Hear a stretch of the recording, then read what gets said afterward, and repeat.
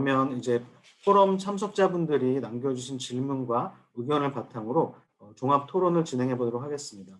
먼저 줌을 통해서 저희가 받은 이제 의견과 질문들을 제가 말씀드리겠습니다. 먼저 그 이재호 경인대 교수님에 대한 교수님의 발표에 대한 이제 반응과 질문이 있었는데요. 줌에서 일단 부산교육청 강사이신 박진영 선생님께서는 실패를 경험하는 게 이제 프로그램 개발에 중요하다는 것이 이제 와 닿았다고 말씀해 주셨습니다. 그리고 질문이 계신데요. 신혜정 이화여자대학교 AI 융합교육 전공 이제 선생님께서 현직 교사로서 교과 수업에 AI를 어떻게 융합해야 하나 고민하고 있는데 말씀처럼 융합이라기보다는 활용을 고민하고 있었던 것 같습니다. 코딩을 기반으로 수업을 설계한다면 적용할 수 있는 교과가 제한적일 것 같은데 교과별로 어떤 방법, 어떤 방향의 수업을 연구해야 할까요? 라고 이재호 교수님께 질문해 주셨는데 교수님 답변 부탁드립니다. 네, 질문 감사합니다. 그 선생님께서 이제 그 고민하시는 그런 내용 충분히 이제 이해하는데요. 그 코딩이 사실은 이전에는 굉장히 어려웠었습니다. 그러나 지금 이제 와서 실행하고 있는 블록 코딩의 시대에서는 매우 쉽고 사실은 그냥 블록을 사고에 따라서 절차적으로 구성만 하면 실행이 될 수 있는 그런 상황까지 도달해 있습니다. 그러다 보니까 선생님께서 걱정하시는 것처럼 그렇게 어려운 과정은 아니다. 전 교과에서 다 코딩을 기반으로 한 AI 융합 교육을 실행할 수 있다. 저는 그렇게 생각하고요.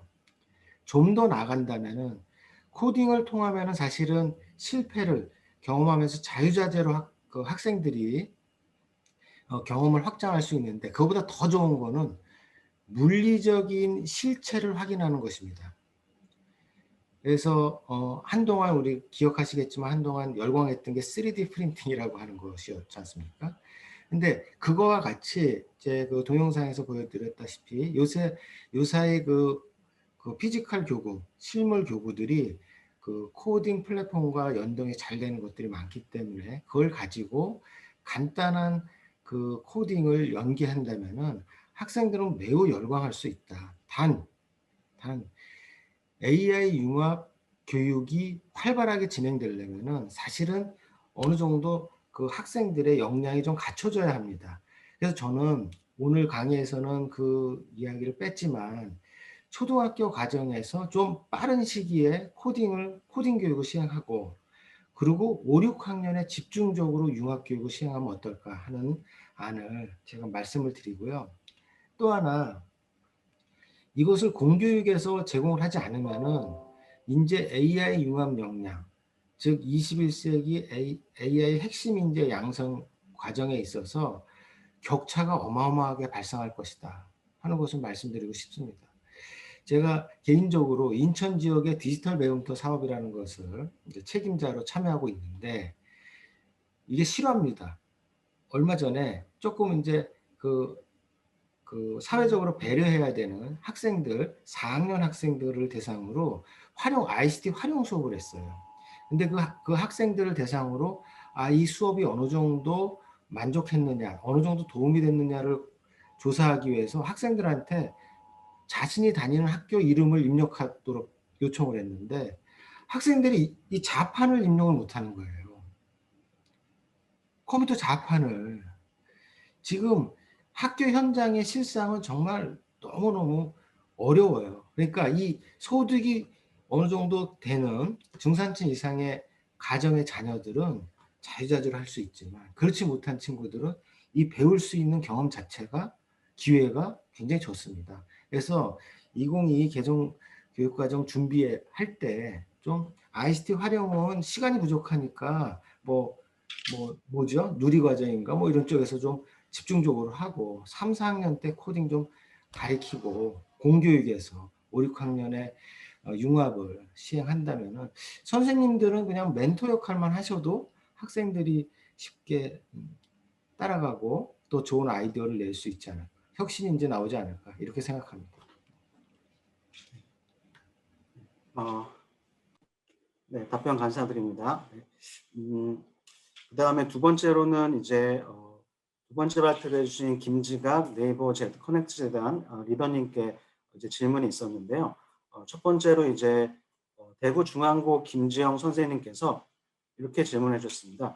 AI 수업 도구, 즉 보조교사로 활용해 보려고 작년에 삼성 빅스비, 구글 어시스턴트 등을 사용해 봤는데 아직은 시기상조였습니다. 네이버 클로바는 조카가 사용하고 있는데 애국가 1사절도 1절에서 4절도 모른다고 합니다. 아직 수업 도구, 즉 비서로 AI를 이용하기에는 아주 많이 부족해 보였습니다.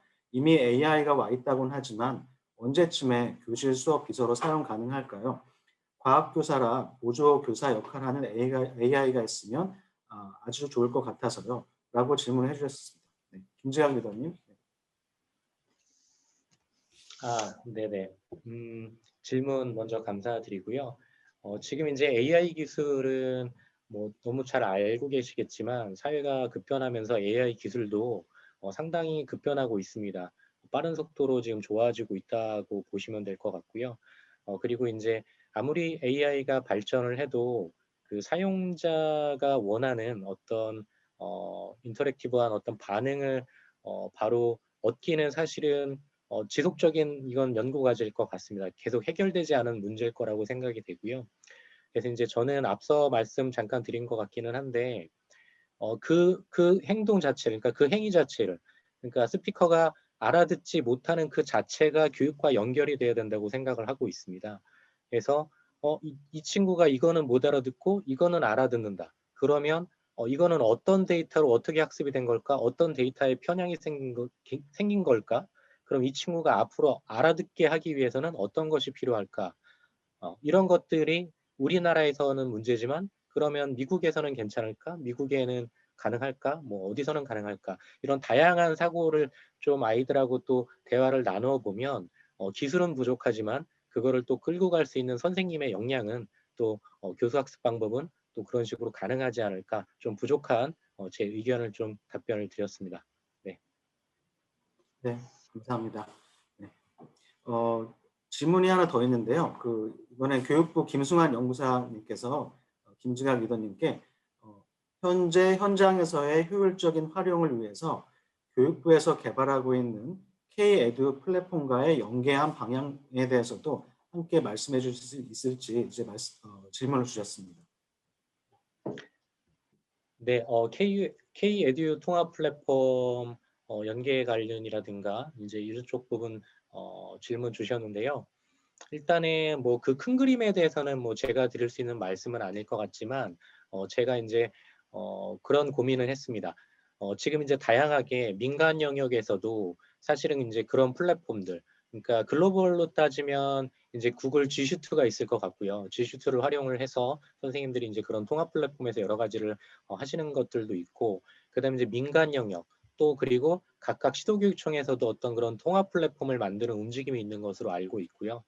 그리고 이제 네이버 같은 경우도 이제 아까 말씀드린 웨일 스페이스라든가 이런 것을 통해서 그런 부분들을 또 일부 개발을 해가고 있습니다. 근데 이번 코로나 사태를 통해서 선생님들이 많이 느끼셨겠지만 단일 플랫폼으로 가는 것이 상당히 위험성이 있다라는 것을 좀 아셨을 것 같습니다. 다양한 플랫폼이 존재를 하고 다양한 플랫폼에서 서로 경쟁하면서 좋은 모습들을 쌓아갈 때 이런 것들이 교육 현장에서 다양성 있는 교육으로 다가갈 것이라고 저는 생각을 하고요. 그래서 K-에듀 플랫폼만이 아니라 다양한 플랫폼들이 같이 공존할 수 있도록 교육부에서 또 이런 부분들도 신경을 써주시면 좋지 않을까라는 답변을 드려봅니다. 네. 네, 감사합니다. 네, 이제 그 다음은 이제 박다솜 선생님께 대한 질문들이 줌과 유튜브에 있었는데요. 먼저 김지연 서울과학고 선생님이신 것 같은데 맞나요? 김지연. 이제 학생들은 데이터 처리와 모델링에 대해 교과에서 먼저 학습하고 적용하는 것으로 보이는데요. 소개해 주신 프로젝트 수업은 교과 수업과 별개로 개설된 독립교과인가요? 아니면 정보 교과 내에서 진행하시는 건가요? 라는 질문을 주셨습니다. 네. 질문 주셔서 감사합니다. 일단 우선 방금 제가 소개해드렸던 프로젝트에 참여했던 것은 학생들이 2, 3학년 때 듣는 수업입니다. 그래서 어떤 교과와 직접적으로 연계한 것은 아니었는데요. 주로 태양광 패널 발전량 예측이다 보니까 학생들이 그 물리학이랑 그 지구과학에서 배웠던 정보를 되게 많이 사용을 하더라고요. 그래서 제가 직접적으로 교과 연계를 어떤 선생님께 자문을 구하거나 이렇게 진행을 했던 것은 아닌데, 제가 의도하지 않았더라도 데이터 특성 자체만으로도 그런 교과 연계 수업이 가능했던 것 같습니다. 근데 이제 저도 이제 그런 부분을 조금 더 주안점을 두고 앞으로 수업 설계를 할 때 조금 더 다른 분야랑 연계가 활발하게 이루어질 수 있도록 그 중점을 두고 있는데요. 저희 학교에서도 이제 다양한 수업이 많이 열리고 있는데 바이오 파이썬이라든지 아니면 화학 데이터 분석이라는 수업도 생겨서 그런 선생님들하고도 같이 AI 융합 수업이 더 활발히 가능할 것 같습니다. 네, 감사합니다. 네, 박다솜 선생님께 또 다른 질문이 있는데요. 이제 교육부 김승환 연구사님께서 빅데이터를 문제 해결 방안이 유의미한 빅데이터를 이런 문제 해결 방안에 있어서 유의미한 학습 경험을 거쳐 새로운 지식으로 도출하기 위해서는 해당 교과 선생님과의 팀 코칭 수업이 필요할 것 같은데요. 어떻게 해결하셨는지 궁금합니다. 라는 질문을 주셨습니다.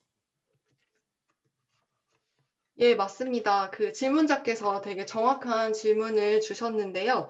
이제 제가 프로젝트 과정에서 그거를 의도를 했던 것은 이제 데이터 전처리를 할 때 전처리의 기술적인 부분에서 학생들이 어려움을 겪고 있으면 그 데이터 전처리 그 스케일이 너무 크니까 이렇게 한번 조정해 보세요 라는 이렇게 조언을 할 수 있는데, 그 스케일을 조정했을 때도 그 데이터 도메인 자체만의 문제가 있을 수가 있더라고요. 그래서 그런 부분은 지구과학의 어떤 선생님 찾아가서 아이들이 조언을 구해서 답변을 가져와서 저한테 이렇게 설명을 해주기도 하더라고요.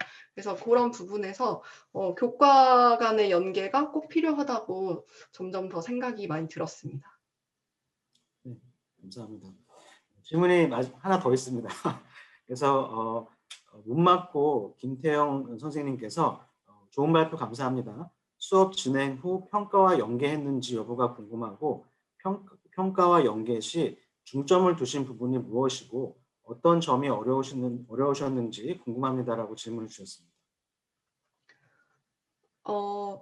예, 질문 주셔서 감사합니다. 사실 제가 그 평가와 관련된 부분은 시간 관계상 아예 말씀을 못 드렸는데, 그 수업 전체 과정이 사실 다 평가의 일환이었습니다. 그래서 수행평가로 이루어진 수업이었는데요. 그래서 문제를 정의하는 과정에서 프로젝트 도메인 보고서를 작성하고 그다음에 팀 로그를 작성하고 발표를 하는 이 모든 과정이 평가 항목으로 구체적으로 만들어져 있기는 했는데요. 근데 여기에서 제가 평가에 주안점을 두었던 것은 아이들이 최종적으로 모델의 성능을 얼마나 끌어올렸냐 이거를 보는 것이 아니고 모두가 지금 인공지능을 이용해서 문제 해결하는 과정을 처음 해보는 것이기 때문에 처음에 문제를 설정을 하고 모델을 만든 것에서 조금씩 계속 성장이 있었는가, 그러니까 문제를 해결하는 노력과 그 문제 해결 노력의 결과가 소량 있었는가를 중점적으로 평가를 하려고 노력을 했었습니다. 그래서 최종적인 성능이, 사실 저도 모델을 만들라고 하면은 이렇게 아이들이 시장에 출시하려는 인공지능 모델을 만드는 것이 아니라 문제 해결 과정을 배우고 있는 것이기 때문에요. 그래서 팀 로그를 작성했으면 그 안에서 얼마나 그 팀 간의 피드백이 이루어졌는가, 이런 과정에 좀 더 포커스를 두고 평가를 진행했던 것 같습니다. 그래서 이것과 연결이 되어서 아까 질문 주셨던 내용 중에 어떤 점이 많이 어려웠냐고 물어보셨잖아요. 그래서 그런 어려웠던 점은 두 가지가 있었는데, 아무래도 첫 번째는 제가 그런 기술적인 조언을 할 수 있는데 거기에서 그 도메인에 대한 이해가 부족하다 보니까 교과 선생님께 이렇게 아이들을 좀 보내기는 했었는데 그 안에서 선생님께 어떤 조언을 받았는지 이런 것을 제가 이해하기가 어렵더라고요. 그래서 이거는 제가 그 사전에 좀 선생님들하고 얘기를 많이 나눴었으면은 좀 더 아이들한테 풍부한 도움이 되지 않았을까 싶고요. 두 번째는 저도 아무래도 AI 기술자는 아니기 때문에 아이들이 기술적으로 어려워하는 부분을 제가 모를 때 그 부분을 조언을 해주기가 어렵더라고요. 근데 이 부분이 어려운 점이긴 하지만은 또 아이들이 성장을 그만큼 또 스스로 할 수 있어서 제가 잘 모르는 부분이 아이들이 더 배워가지고 저한테 알려주기도 하더라고요. 그래서 그런 부분이 어려우면서도 더 의미가 있었던 것 같습니다. 네, 감사합니다. 네, 발표자분들께서 이제 답변을 해주시는 와중에 이제 이재호 교수님께 질문이 하나 더 들어왔고 김지각 리더님께도 질문이 하나 더 들어왔어요. 또 제가 이제 먼저 이재호 교수님께 먼저 들어온 질문 읽어드리도록 하겠습니다. 교수님께 질문 드립니다. 초등학교에 코딩 교육이 필요하다고 말씀하셨는데 소득 격차에 따른 디지털 기기 보유에 따라 코딩 교육 여부 및 활용이 달라질 것이라는 부분에 대해서 저도 동의하고 문제의식을 가지고 있는데요. 혹시 학교 현장에서 이러한 학생들에 대한 지원이 어떻게 이루어지고 있는지 궁금합니다라고 이화여대 교육학과 박사과정에 재학 중이신 김경미 선생님께서 질문을 해주셨습니다.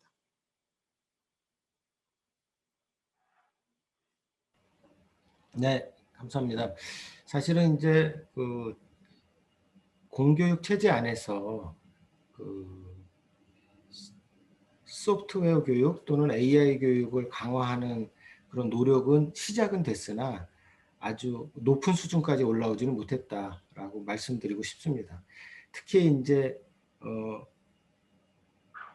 많은 학교에 컴퓨터 교육실이 노후화돼 있어서 실제 학교에서 소프트웨어 코딩 수업을 하는 것이 매우 어렵다고 합니다. 그리고 소프트웨어 코딩이라는 것은 그다음에 초등학교는 조금 특수한 게 1차시 1시간이 사실 40분 수업이거든요. 그러니까 40분간 진행되는 수업을 위해서 그 어디죠? 그 컴퓨터실까지 가서 준비하고 실행하고 하다 보면 40분이 다 되는 거예요. 그래서 보통 특별하게 소프트웨어 코딩을 위해서 컴퓨터실을 가겠다 그러면 보통 한 2시간 정도를 연강으로 이렇게 붙여서 수업을 실시하시는 경우가 많은 것으로 알고 있습니다.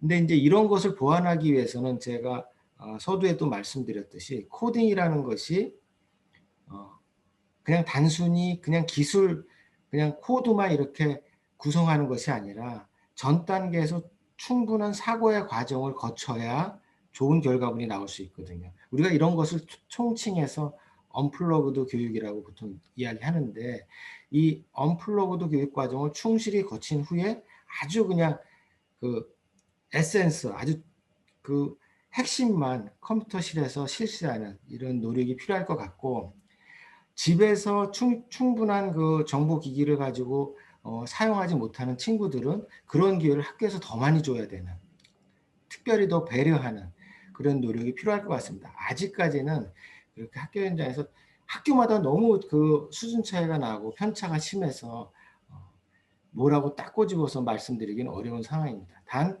소프트웨어 선도학교나 AI 선도학교를 오래 한 학교, 제가 화면에서 보여드렸던 그런 학교 같은 경우는 상대적으로 매우 좋다 하는 말씀을 드리겠습니다. 감사합니다. 네, 그다음에 이제 김지각 리더님께도 질문이 하나 추가되었는데요. 이거는 제 생각으로는 김지각 리더님이 대답하시기에 조금 힘들 수도 있을 것 같은데 이제 대전 도솔초 교사 김병선 선생님께서 김지각 네이버 재단 코넥트 재단 리더님께 건의합니다. 네이버 재단에서 여러 서비스를 무료로 제공해 주셔서 교육 현장에서 많은 도움을 받고 있습니다. 그러나 최근 유료화된 서비스의 경우 교육 현장에서 많이 활용될 수 있는 서비스인데 교사들에게 혹시 인센티브를 제공해 주시거나 무료로 제공해 주실 수 있으신지요? 이렇게 질문해 주셨습니다. 네, 질문 감사합니다. 이선복 교수님께서 어려운 질문이라고 하셔가지고 너무 많이 긴장을 했습니다. 일단은 좀 답변을 드려보면 이런 부분들이 그러니까 사회적으로 저는 어느 정도 이제는 많이 공감하고 있고 이해하고 있다라고 생각을 하는데요. 아까 말씀드렸다시피 이제 각 영역에서 해야 할 부분들이 있다라고 생각을 하고요. 그래서 각 영역들 중에서 기업이 또 담당하는 부분들이 있습니다. 그래서 기업이 사회에서 경제적 이득을 통해서 사회에 환원하는 것도 당연히 이제 한 부분이라고 생각을 하고요. 근데 이제 그것을 얼마만큼 얼마나 할 수 있을지에 대한 부분들은 상당히 좀 어려운 문제인 것 같습니다. 근데 일단 지금 현재 어떠한 서비스를 구체적으로 유료화돼서 사용하기 힘드신지 제가 이제 얘기를 전달을 못 받았기 때문에 구체적으로 답변을 좀 드리기가 어려울 것 같고요. 다만 일단 또 지금 이제 하나 또 참고로 그냥 말씀드릴 수 있는 거는 지금 이제 내일 웨일 온이라고 해서 줌 수업을 대신해서 쓸 수 있는 화상 온라인 도구가 지금 이제 무료로 제공이 되고 있고요. 2023년 3월인가요? 그때까지 이제 무료로 쓸 수 있도록 지금 현재는 일단은 그 정도까지는 의사결정이 내부에서 돼 있는 것으로 알고 있고요. 그 이후에도 교육청과 협의해서 일정 부분들은 이제 무료로 갈 수 있는 부분들은 아마 고민하고 있는 것 같아요. 근데 이제 아시겠지만 이 줌이라든가 이런 온라인 화상 시스템 그리고 이제 인공지능이라든가 이런 GPU를 많이 활용하는 것들은 상당한 기업에 상당한 많은 로드와 리소스를 들어가게 하는 것으로 알고 있고요. 그렇기 때문에 전체 뭐 어떤 무료로 간다라는 것들은 상당히 어려움이 있을 것 같고 교육 현장 니즈에 따라서 유연하게 협의하면서 가야 되는 부분이 아닐까라고 생각하고 있습니다. 근데 좀 긍정적인 답변이 아니어서 좀 죄송하지만 네, 네 답변 드리도록 하겠습니다. 이상. 네. 네, 답변 감사합니다. 네, 그러는 중에 이제 이재호 교수님에 대해서 그 반응이 하나 중에 올라왔는데 소속 이름은 안 보내주셨고요. 파라야라는 아이디를 쓰신 분이 이재호 교수님 교육적 식견 견해 많이 공감이 됩니다. 매우 현실적이고 실제적인 답변에 적극 공감합니다. 라고 이제 글을 올려주셨습니다. 감사합니다. 그리고 이제 세 분께 공통으로 들리는 질문인데요. 이건 사실 저도 궁금하긴 한데 전주 완산고등학교 화학교사 김덕원 선생님께서 세 분 모두에게 드리는 질문입니다. 발표 감사합니다. 인공지능 활용 교육 분야가 계속 공부해보고 싶은 분야입니다. 혹시 초심자가 보면 좋을 만한 책들을 추천해 주실 수 있을까요? 지침서든 실제 프로그래밍 관련 책이든 추천해 주시면 감사하겠습니다. 이거는 저도 궁금하고 이제 이재호 교수님과 김지각 리더님, 네, 박다선 선생님 순서대로 한번 오늘 참석해 주신 분들을 위해서 관련 내용과 내용을 이제 학습할 수 있는 책들을 좋은 책들을 한번 소개시켜 주시면 참석자 분들에게 많은 도움이 될 것 같습니다. 네, 먼저 이재호 교수님 부탁드립니다. 네, 우선 소프트웨어 코딩과 관련되는 기본서, 그러니까 언플러그드 사고력 개발과 관련되는 책들을 한번 읽어보시길 바라고요. 그다음에 인공지능과 관련되는 그 서적들은 요새 뭐 이제 본물처럼 많이 나오고 있지 않습니까? 그래서 개론서를 지금 선생님께서 추천해달라고 말씀하셨는데 그러면은 저는 이제 정보교육학회장의 입장으로서 정보교육학회에서 출간한 책을 추천드리고 싶습니다. 첫 번째는 Teaching AI라고 하는 번역서가 있고요. 그 다음에 두 번째는 인공지능 교육 개론이라고 하는 책이 있습니다. 도서출판 홍릉에서 개발된 책이고 곧 출간 예정인 네이버 커넥트 재단과 협업해서 이제 출간할 예정인 엔트리 플랫폼을 활용한 인공지능 교육이라는 책이 출간될 예정입니다. 정보교육학회에서 각 지역의 교수님들이 참여해서 저술한 책이니까 자신 있게 추천해드리고 싶습니다. 기회를 주셔서 감사합니다. 네. 네, 감사합니다. 네, 저도 꼭 사서 읽도록 하겠습니다. 네, 그 다음에 김지각 리더님 혹시 좋은 책 추천해 주실 만한 거 있으실까요? 네, 그 질문 잘 들었습니다. 먼저 일단 제가 추천드리는 것은 방금 말씀하신 교수님들이 추천해 주신 좋은 책들을 우선적으로 먼저 보시고요. 네, 그리고 나서 저희 아까 말씀드렸는데요. 소프트웨어 놀자에서 사실은 교재들을 많이 출간을 하고 있습니다. 다 무료로 출간을 하고 있고요. 지금 한 34권 정도 되고 있습니다. 그래서 저희 소프트웨어 놀자 시즌 1 때는 소프트웨어 교육을 다루는 교재들을 출간을 했고요. 지금 시즌 2, 작년부터 시작한 시즌 2에서는 인공지능, 데이터 사이언스, 그리고 인공지능 윤리 이런 책들을 다 무료로 출간을 하고 있습니다. 근데 이런 교재들은 저희 재단에서 지금 현재 학계에서 정말 그래도 인정받으시는 전문성을 인정받으시는 분들과 함께 오랜 시간 거쳐서 많은 감수자들과 함께 집필을 하는 배포하는 책이기 때문에 믿고 보셔도 될 것 같습니다. 그래서 그러한 책들을 참고를 하시면 교육하시는데 많이 도움되실 것 같습니다. 네. 네, 감사합니다. 네, 박다솜 선생님 혹시 책 추천해 주실 거 있으실까요? 네, 앞서서 그 두 분께서 너무 훌륭한 책을 많이 추천해 주셔가지고 이제 제가 추천한 책을 못 보시고 오래가 가실 것 같은데요. 저는 한 세 가지만 말씀드리고 싶은데, 일단 인공지능 기초 교과서가 이제 7종이 통과가 되었습니다. 근데 인공지능 기초 교과서가 고등학교 수준에서 가장 기초적인 수준에 맞춰져 있어서 이제 그 안에서 다양한 데이터셋을 가지고 교과서들이 많이 집필이 되었더라고요. 그래서 예체능을 하는 친구들 또는 다른 진로를 가고 싶은 친구들, 이런 친구들까지 고려해서 쓰여진 책이 많아서 혹시 이게 나중에 이제 출판이 되면은 한번 보셨으면 좋겠고요. 그래서 고등학교 수준에서 이 정도를 아이들이 배우는구나, 이걸 조금 더 직접적으로 경험해 보실 수가 있을 것 같아요. 그다음에 두 가지는 이제 다른 사설 서적인데요. 모두의 데이터 분석이라는 이연아 선생님하고 송성리 선생님께서 쓰신 책이 있습니다. 이건 공공 데이터를 기반으로 어떻게 재미있는 데이터 분석을 할 수 있는지 이걸 다뤄놓은 책이어서 재미있게 데이터 시각화 이런 것도 해보실 수 있을 것 같고요. 그다음에 혹시 딥러닝까지 한번 가볍게 공부해보고 싶으시면은 모두의 딥러닝도 조태호 선생님께서 되게 재밌게 쉽게 써 놓아서 이것도 한번 공부해 보셔도 괜찮을 것 같습니다. 감사합니다.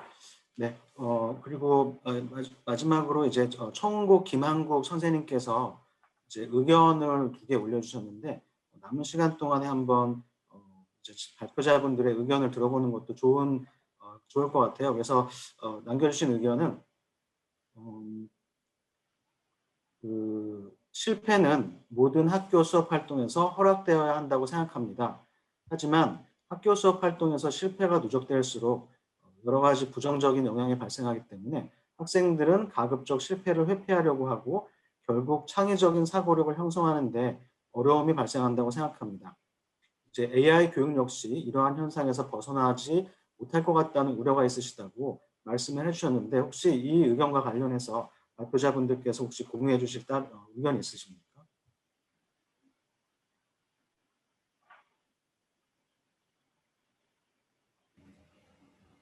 네, 이재호 교수님. 네. 아주 선생님 의견 현실적이고 정확하신 내용이시죠. 그러니까 이제 그 인식 개선은 장기간의 프로젝트로 진행해야 될 것 같습니다. 그런 측면에서 제가 우리가 이제 전문가들이 항상 얘기하는 건 실패를 두려워하지 말고 실패를 많이 경험하게 하고 그런 유의 인재가 나중에 성장하고 성공할 수 있다고 계속 강조하는데 그런 환경은 제공하지 못하거든요. 근데 실패를 해도 크게 부담 없는 게 소프트웨어 코딩 분야. 이거는 확실한 거죠. 그 과정에서 학생들이 버그를 찾아가면서 아주 그냥 정말 처절하게 고민하고 한 경험을 한 번만 한다면은 이 친구들의 미래 인생은 크게 달라질 가능성이 많다. 그거를 이제 우리 기성세대들이 인정하고 지원하는 그런 노력이 필요할 것 같고요. 이를 위해서 오늘 지금 발표해 주신 서울과고 박다솜 선생님 발표자 되게 감명 깊게 봤는데 그러한 내용이 우리 서울과고는 좀 특수한 학교잖아요. 누가 뭐라 그래도 부정할 수 없는데 그러한 교육 내용이 일반 우리 공교육의 중고등학교에서 진행될 수 있는 그러한 이제 시대가 실현됐으면 좋겠고 초등 환경은 저희 연구진에서 초등 선생님들 한 100여 분을 대상으로 조사를 해봤더니 엔트리 플랫폼이 압도적이에요. 엔트리 플랫폼이 인공지능 교육을 위하기 위해서 최적의 교육 플랫폼이다라고 그 조사를 한 경험이 있는데, 그 이제 박다 선생님이 발표하시는 걸 보니까 이제 구글 플랫폼에 이제 중고등학교 학생들로 갈수록 구글 플랫폼으로 이렇게 넘어가는 것 같아서 엔트리 그 네이버 커넥트 재단 더 분발하셔서 초등뿐만 아니라 중고등까지도 우리나라 교육 데이터 요새 그 선전하는 거 보니까 어디죠? KT 클라우드 선전 그 윤여정 선생님 그 선전하는 거 있잖아요. 아, 우리나라 데이터는 우리나라에서 뭐 저장하는구나, 자랑스럽다, 뭐 이런 그 CF 내용처럼 우리나라 교육 데이터가 우리나라 안에서 우리나라 교육기관 또는 교육부 정부에 의해서 관리될 수 있는 그런 날이 빨리 오기를 희망해 봅니다. 예, 마치겠습니다. 감사합니다. 네, 박다솜 선생님. 네. 네, 저도 이제 짧게 말씀을 드리고 싶어서 손을 들었는데요. 저는 실패하는 수업을 정말 좋아합니다. 왜냐하면 실패를 해봐야 어떻게 개선을 할 수 있는지 알고 어차피 이제 완벽한 수업이라는 것은 있을 수가 없어서 아이들하고 같이 시행착오를 겪어봐야 그 다음에 교육 방향을 알 수 있기 때문에 저는 실패하는 수업 좋아하는데요. 근데 이렇게 말씀을 드리지만 저도 처음에 아까 두려움이 되게 컸다고 말씀을 드렸는데 저는 정규 수업에 인공지능 수업을 도입하기 전에 먼저 약간 파일럿 프로그램처럼 원하는 학생들 데리고 방과 후 수업을 먼저 개설을 해본 적이 있었습니다. 그래서 그때 딥러닝 수업을 운영을 하는데 정말 수업을 일주일 내내 준비하고 수업 들어가기 전에도 긴장하고 들어가고 한 번 또 보고 들어가고 이런 경험이 있었어요. 근데 그것도 역시나 한 번 처음 시도하는 것이 매우 어렵지 그 다음부터는 익숙해져가지고 재밌더라고요. 근데 사실 교육에서 저희가 아이들한테 이제 더 이상 지식을 전달하는 전달자가 아닌 만큼 이제 교육에서 아이들이 인공지능은 스쳐 지나가는 교육적인 내용 중에 하나라고 생각합니다. 근데 그 스쳐 지나가는 인공지능이 있냐 없냐는 엄청나게 큰 변화를 가져올 거라고 생각이 되어서요. 선생님께서 실패하셔도 괜찮습니다. 아이들이 고등학교에서 그런 걸 경험할 수 있다는 자체가 일단 지금은 다른 선생님들께서도 다 같이 두려워하는 변화이기 때문에 선생님께서 용기를 가지고 하신다면 꼭 좋은 수업 하실 수 있을 거라고 생각이 듭니다. 감사합니다. 네, 김지각 리더님 뭐 더 아, 추가하실 말씀 있으실까요? 네, 기업에서도 많이 좀 변화가 좀 있는 것 같습니다. 그래서 실패라는 것이 어떻게 보면 예전에는 선생님이라면 아이들한테 완벽한 모습을 보여야 하고 기업의 리더라면 완벽한 모습, 실패하지 않는 모습, 나는 이 프로젝트에 대해서 다 알아, 막 끌고 가고 막 이제 어떤 그런 모습이었다고 한다면 지금은 좀 많이 달라진 것 같습니다. 그래서 저도 팀의 리더로 있지만 팀원들한테 늘 얘기합니다. 나는 그거 몰라. 솔직하게 얘기하고요. 나는 그거 뭐 실패해봤어, 실패할 것 같고 어떤 그런 것들을 솔직하게 얘기하고 공유하고요. 그랬을 때 팀원들도 믿고 따라오거든요. 그래서 그런 부분들도 이제 기업들도 이제 많이 수평적 구조에서 많이 변화가 오고 있고요. 그래서 교육 현장에서도 그러한 부담 없이 정말 선생님도 실패할 수 있고 학생도 실패할 수 있고 그런 과정에서 서로 배워갈 수 있고 같이 그런 프로젝트 안에서 하나가 될 수 있다라는 거는 소중한 경험이 될 것 같습니다. 네, 그래서 뭐 그런 것들은 얼마든지 환영해도 좋으실 것 같습니다. 네. 감사합니다. 저도 예전에 이제 교수님 옛날에 이제 박사과정 때 강의 들 때 가장 기억에 남는 교수님 중 한 분이 바로 그렇게 늘 학생들 질문하시면 가만 생각해 보시다가 모르면 나 모르겠는데 이렇게 그냥 바로바로 이렇게 하시는 교수님이 특히 기억에 남았어요. 그래서 실패를 이제 인정하고 이제 이렇게 하는 게 정말 중요한 자세인 것 같습니다. 네, 오늘 이제 시간이 다 돼서 오늘 포럼 마무리하도록 하겠습니다.